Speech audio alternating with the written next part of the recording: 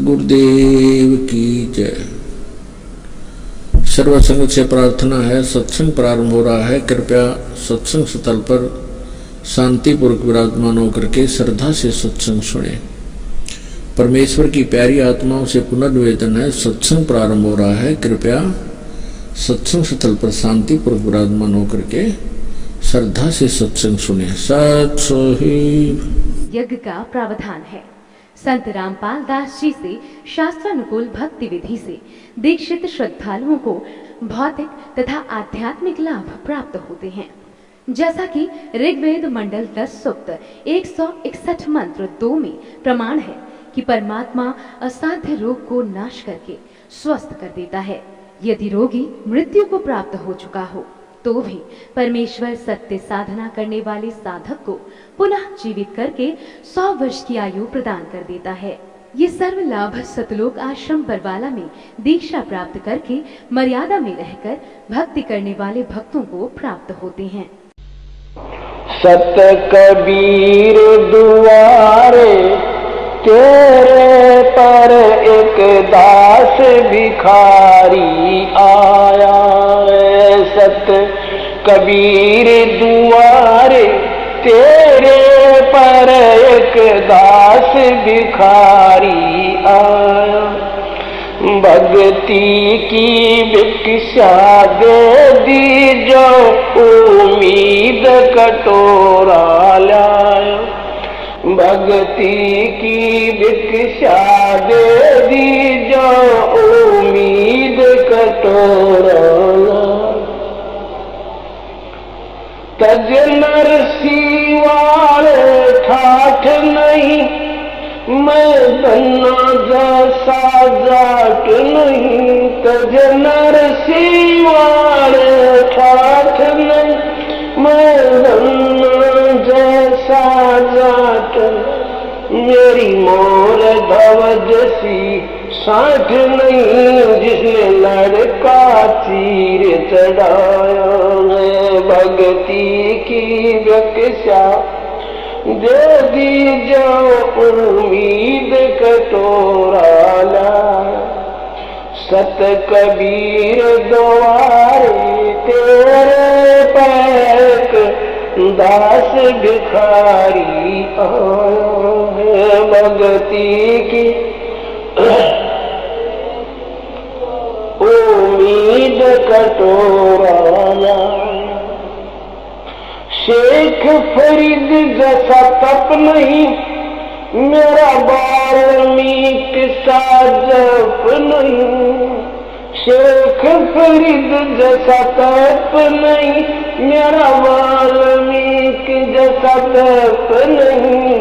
मंसूर सी अनल हक नहीं, जिसने टुकड़े शरीर करवाया है। भक्ति की दे दी जो उम्मीद कटोरा लाया। सत कबीर द्वारे तेरे पैक दास भिखारी आया। भक्ति की भिक्षा दे दी जो उम्मीद कटोरा। धरू जैसी आस नहीं, प्रहलाद जैसा विश्वास नहीं। धरू जैसी आस नहीं, प्रहलाद जैसा विश्वास नहीं। मेरा मीरा जैसा रास नहीं, जिसने रो और नाच रजाया है। भक्ति की दे दी जो उम्मीद कटोरा लाया है। सत कबीर द्वारे तेरे पैक दास भिखारी आया है। सत कबीर द्वारे पैक दास भिखारी। रंग का बंका जैसा त्याग नहीं, मेरा बाजीद जैसा वैराग नहीं। रंग का बंका जैसा त्याग नहीं, मेरा बाजीद जैसा वैराग नहीं, मेरा कर्मा जैसा भाग नहीं, जिसका आन खींचड़ा खाया है भक्ति की शादी जो उम्मीद कटोराया। सत कबीर दवारे तेरे पैक विदुर विदुरानी जैसा सम्मान नहीं, मैं सम्मन जैसा यजमान नहीं। विदुर विदुरानी जैसा सम्मान नहीं, मैं सम्मन जैसा यजमान नहीं। और शेर जो कुर्बान नहीं, जिसने शीश तुले खैलाया है भक्ति की भिक्षा दे दी जो उम्मीद कटोराया। सत कबीर दवारे तेरे पैक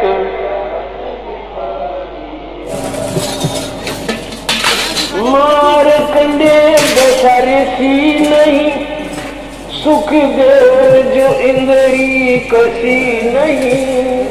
मार कंडे दशरसी नहीं, सुख देव जो इंद्री कसी नहीं। ये माया भी मन में बसी नहीं, जब से ज्ञान तेरा समाया है भक्ति की दे दी जो उम्मीद कटोरा। सत कबीर दुआरे तेरे पैक दास बिखारी भक्ति की भिक्षा दे जो उम्मीद कटोरा।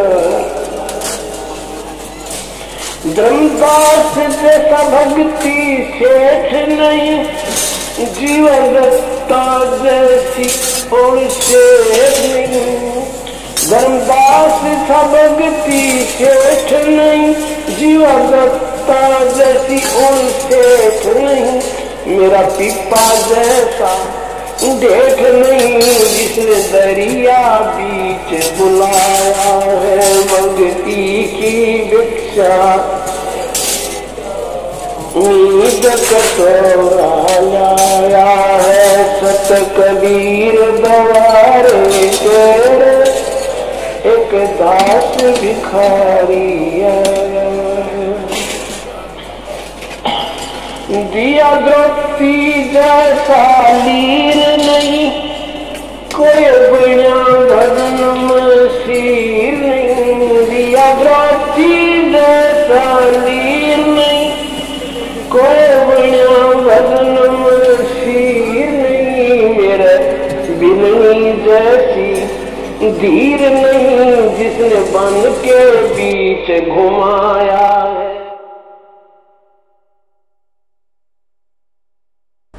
गरीब नमो नमो सतपुरुष को नमस्कार गुरु की नहीं, सुर नर मुनि जन साधुआ संतों सर्वस्ती नहीं। सतगुरु साहेब संत सब डंडो तम प्रणाम, आगे पीछे मध हुए तिनको जा कुर्बान। नराकार निर्विषम काल जाल वैवंजनम, निर्लेपम निज निर्गुणम अकल अनुपवेशम दुनम। सोहम सुरति समाप्तम सकल समाना निर्तलय, उज्ज्वल हिरंबर हरदमम बेपरवाह अथा है। वार पार नहीं मध्यतम, ग्रीव दो सुमर सिद्ध होई, गणनायक गलताना करो अनुग्रह सोई, पारस पद परवाना।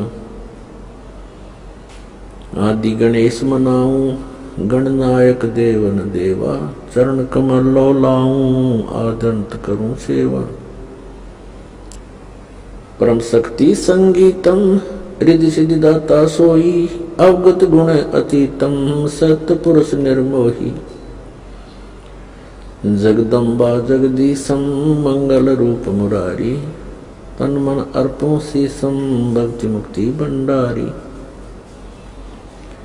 सुर नर मुनि जन धावे, ब्रह्मा विष्णु महेशा, शेष शेष मुख गावे, पूजे आदि गणेशा। इंद्र कुबेर सरीखा, वरुण धर्म राय धावे, समर्थ जीवन जी का, मन इच्छा फल पावे। 33 कोटि अधारा, दावे शेष 88, उतरे बहुजल पारा, कट है यम की फांसी। 33 कोटि अधारा, दावे शेष 88, उतरे बहुजल पारा, कट है यम की फांसी। कर जोरूं विनती करूं, धरूं चरण पर शीश, गुरु जी राम देवानंद जी महाराज ने दियो नाम बख्शीश।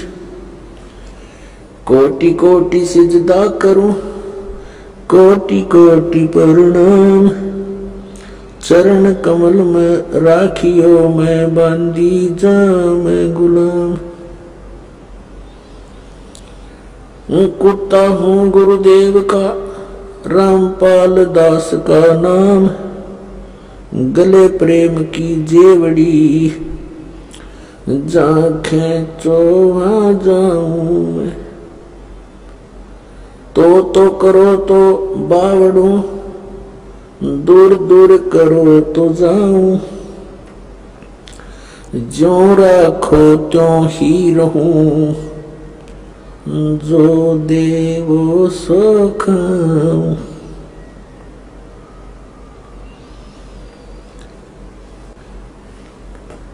परम पिता परमात्मा पूर्ण ब्रह्म, सारी सृष्टि के रचनहार, सर्व प्राणियों के दाता,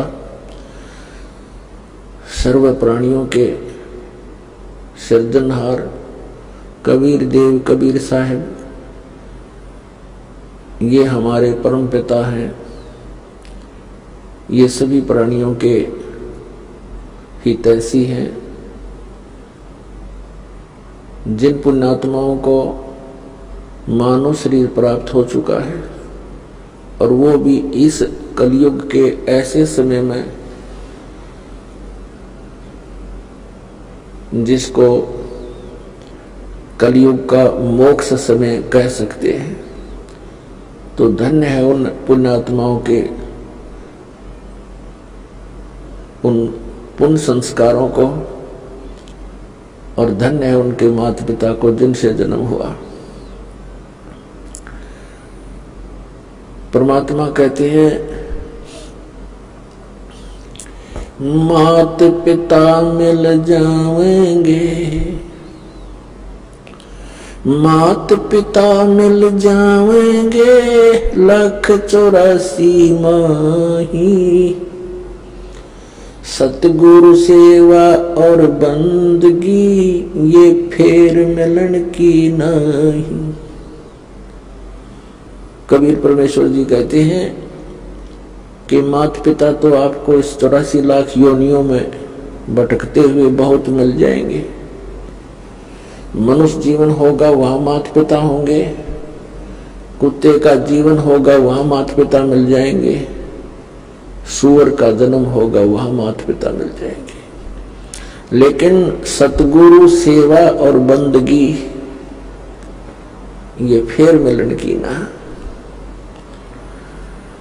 पुण्यात्मा, हम कहाँ रह रहे हैं, कैसे लोक में हम जीवन व्यतीत कर रहे हैं, ये हमें कभी विशेष आभास हुआ नहीं।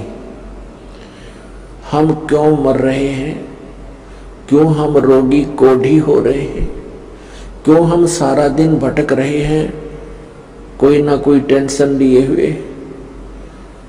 अब हमने ये सोचा ही नहीं, इतने कष्ट के अंदर भी हम फिर जीवन की इच्छा ही किए रहते हैं, क्योंकि हमारे ऊपर एक प्रेशर है इस त्रिगुणमयी माया का।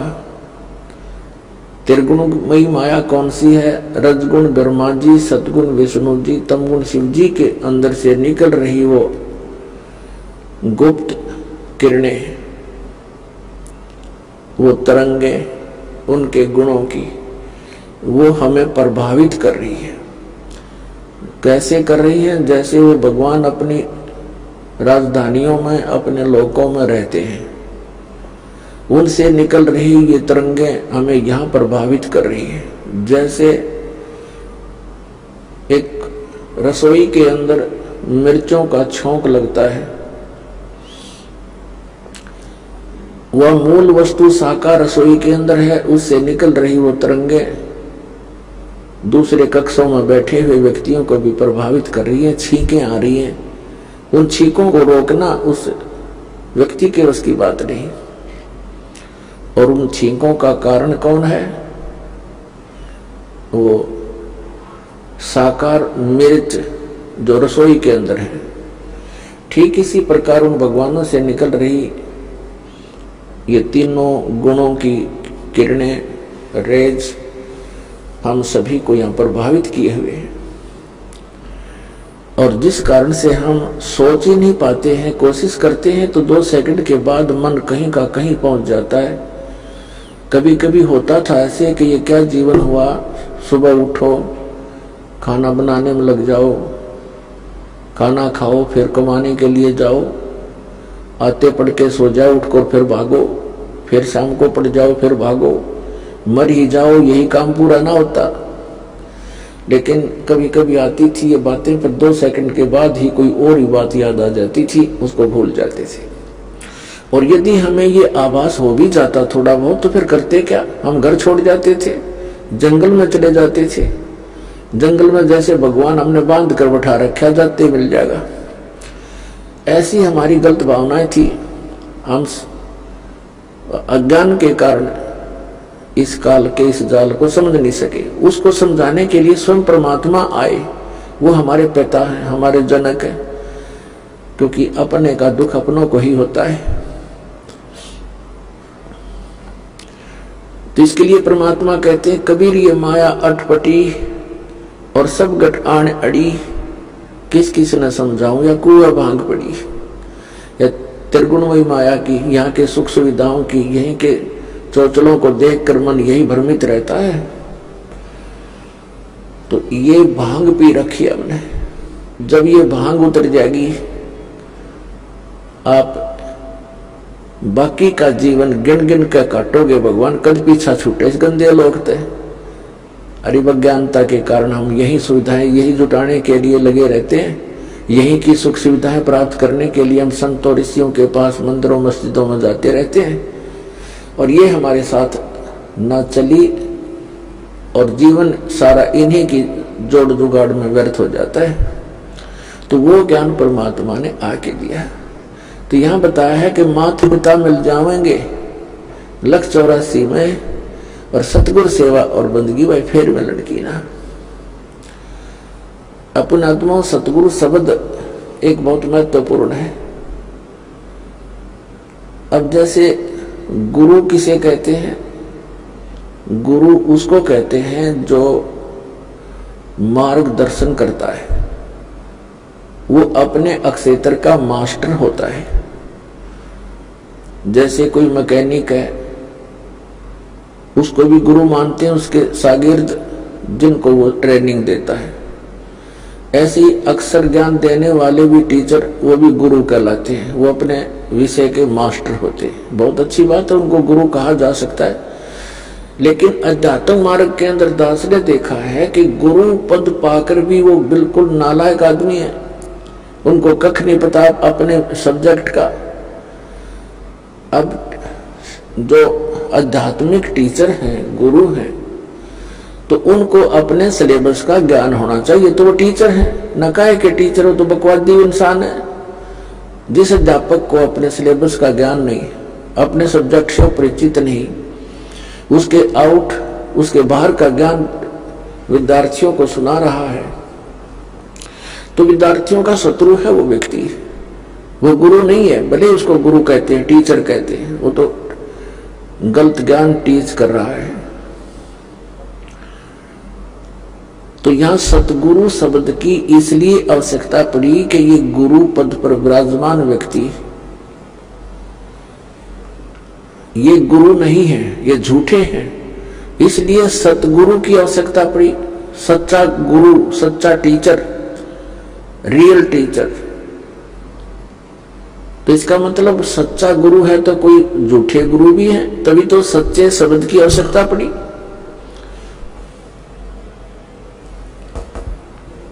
तो उसकी पूर्ति करने के लिए स्वयं परमात्मा ही आते हैं। परमेश्वर की वाणी माता है, 3 लोक और भवन चतुर्दश कोई नहीं सत्संगी। सत्संगी का अर्थ होता है जो पूर्ण रूप से सत्य को आधार मानकर अपनी सर्व आध्यात्मिक क्रियाओं को करता है, वो सत्संगी कहलाता है। और वो सत्संग कहां से सुनने को मिलता है? सतगुरु से मिलता है।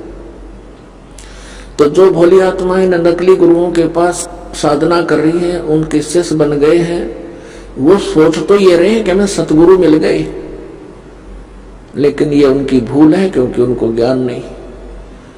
तो उसकी पूर्ति करने के लिए, उसका निराकरण करने के लिए, इस अज्ञान का नाश करने के लिए स्वयं परमात्मा आते हैं।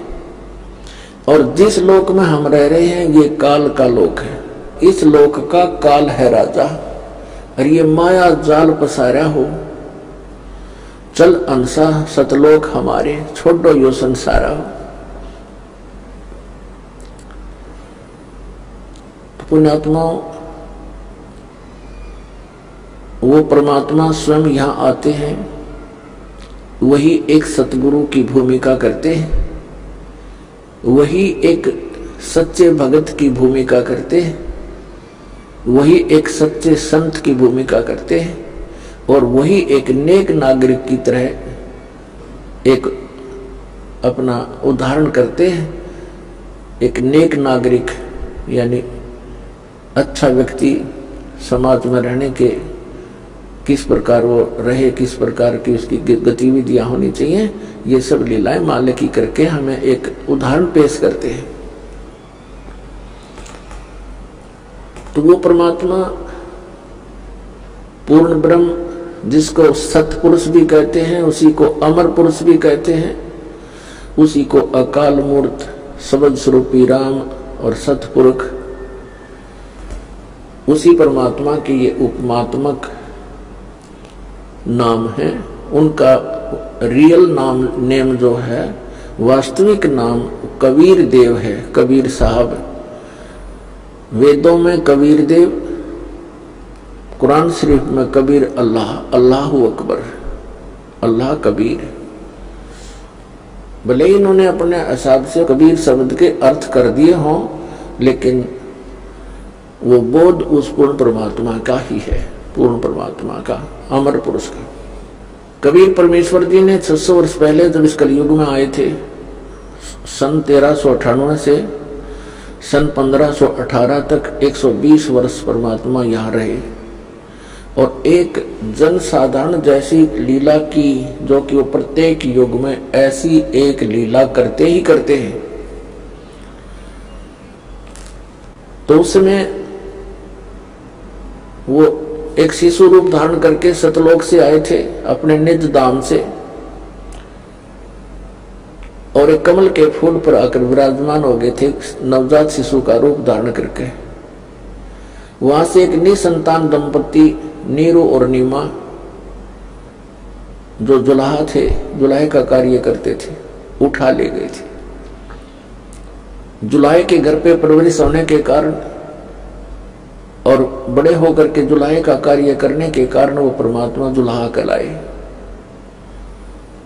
स्वयं परमेश्वर ने अपनी वाणी में कहा कि अब दू अवगत से चलाए, मेरा किसी ने भेद मर्म नहीं पाया।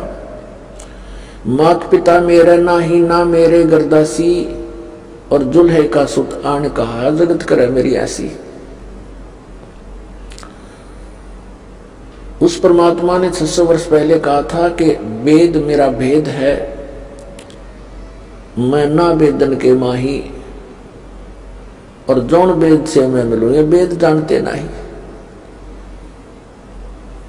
परमात्मा ने कहा था अपनी प्यारी आत्मा धर्मदास जी को कि चारों वेद मेरा ही गुणगान करते हैं, पर इन वेदों में वर्णित विधि से मेरी प्राप्ति नहीं हो सकती, क्योंकि वेदों में केवल ब्रह्म तक के पाने की यानी भक्ति का विधान वर्णित है, और परम अक्षर ब्रह्म यानी सत्पुरुष की भक्ति का मंत्र उसमें ऑप्शन छोड़ दिया है कि उसको तत्वदर्शी संत बतावेंगे, उनसे सुनो।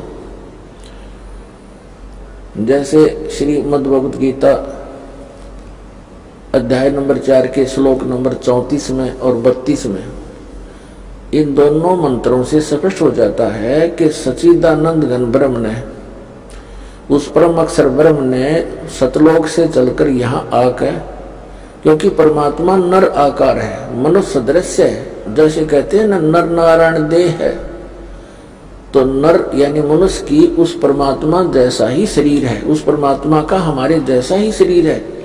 और जिन महापुरुषों ने परमात्मा को देखा उन्होंने बताया हमरे ही हुनियार है, हमारा सृजनहार, हमारा जो रचने वाला है, हमारा भगवान हमारे जैसा है, हमारी उनिहार, हमारे जैसी सूरत है, लेकिन उसकी सामर्थ्य और उनके शरीर का जो तेज है वो हमसे कई गुना है।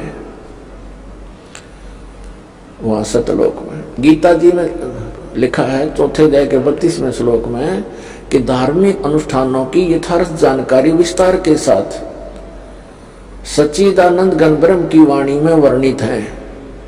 ब्रह्मणे मुखे मूल पाठ में, गीता अध्याय नंबर 4 के श्लोक 32 में के मूल पाठ में एक शब्द है ब्रह्मणे मुखे।